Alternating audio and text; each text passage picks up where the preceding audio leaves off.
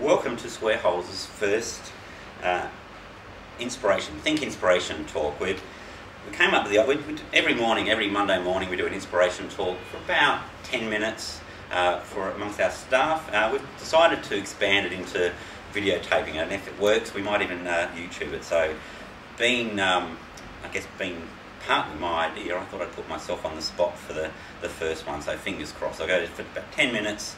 Well, they're getting cut off at 10 minutes, so we'll see how we go.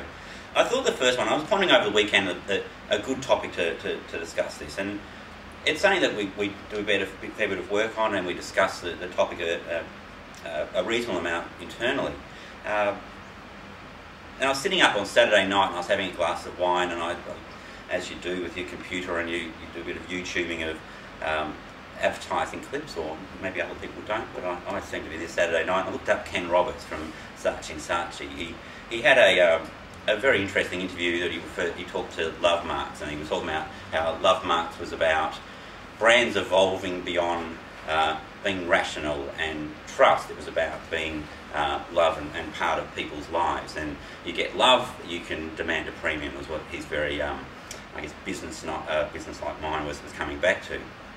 So I think I sort of came back with the first topic for the video sessions was about brands with heart and soul and connecting with emotion. I think it sort of come back with, over many years of doing research,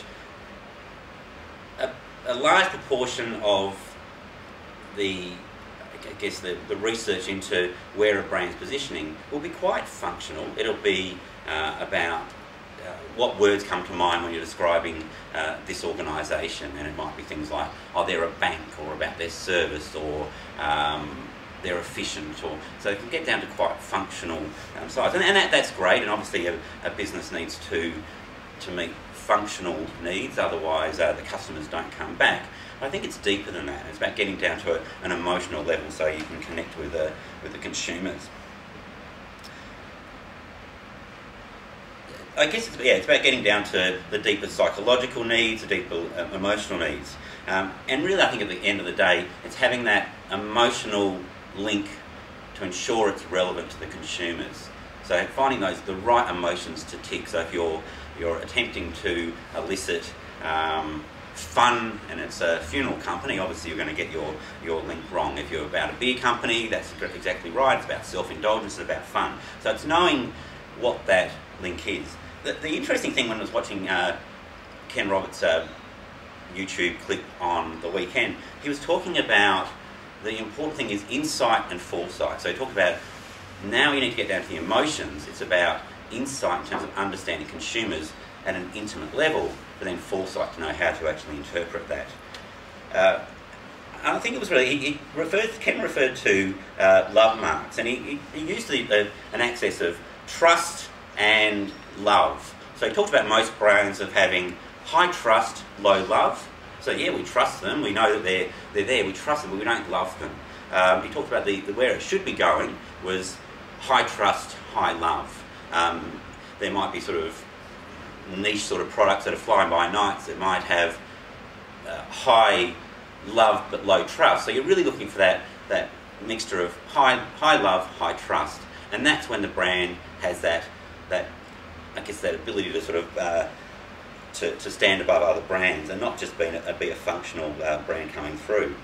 One of the stats that I looked up, so I'm looking down, it looked at advertising, and they came back with an interesting point.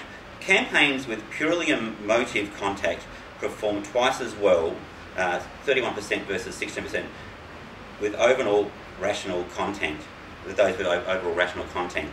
And those that were purely emotional did better than those that are with mixed emotional and rational content. So that's a bit of a confused statement, sorry, but the ads that had an emotional focus had stronger impact than the ads that had a rational compacting and a rational focus. Some ads have a mixture, rational and emotional, but certainly the emotional ads, when they tested them in this research, had a stronger impact. I think this is just a bit of research off the internet, and I can put a link through to our website later, but Roger Dooley did the research. But it was just an interesting point of the emotional ads seem to click a bit deeper. We do a fair bit of social advertising, and we find say, motor accident or smoking advertising, quite often when it gets down to an emotional side, it just clicks that little bit deeper. 5 minutes. Okay, so yeah, so it's about getting that intimate, close link with the brand. And I think it's sort of trying to... much of Ken's talk was talking about large global brands, but I think he was trying to get them to, I guess, step above being heartless. I think that's really the point. He was trying to get them to be a stronger, more emotive, loving brand. And to be honest, the way that Ken was talking, he was trying to... There was a degree of deception in his talking. He was trying to get them to appear to be more loving, so they might get a sportsman or something that actually helps to communicate that part of love, so consumers link with it, rather than, I guess, being a real empathy that brand offers to consumers, a real relevance that they offer to the consumers, so the consumers can trust and feel that love and connection. And I come through when we've done a few projects where it's relating to family-related brands. So you'll go through brands like, say, Coopers, for example.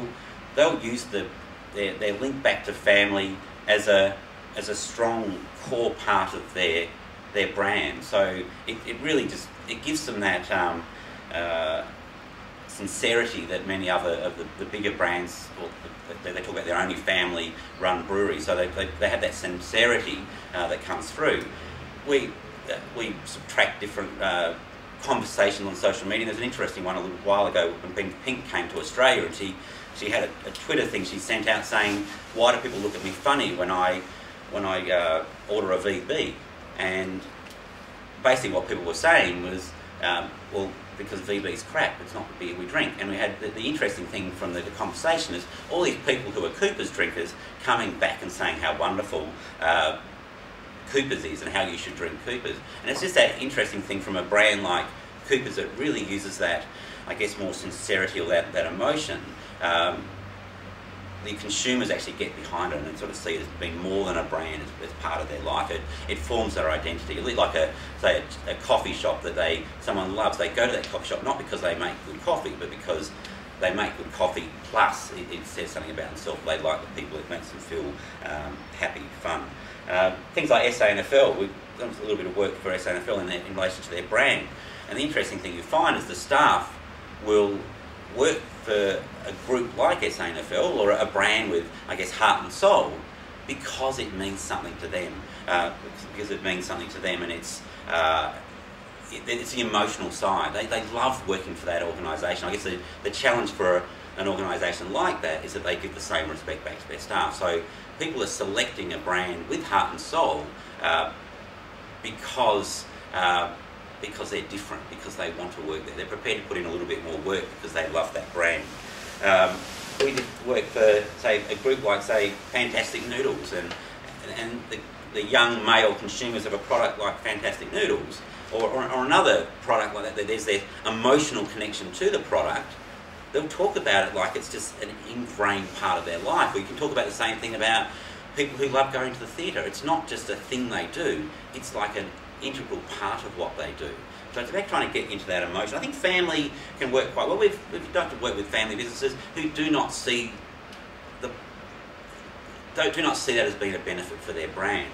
I think it's just really getting down to those emotions rather than the functional side. And I think yes, there's been a lot of discussion over the last 5 or so years about emotional advertising, but I think it's really trying to dig it a little bit further, and we do a fair bit of research for our clients individually, and I think we're pulling all of that together, and we'll hopefully be building on that, I guess, intelligence base as time goes on. Thank you.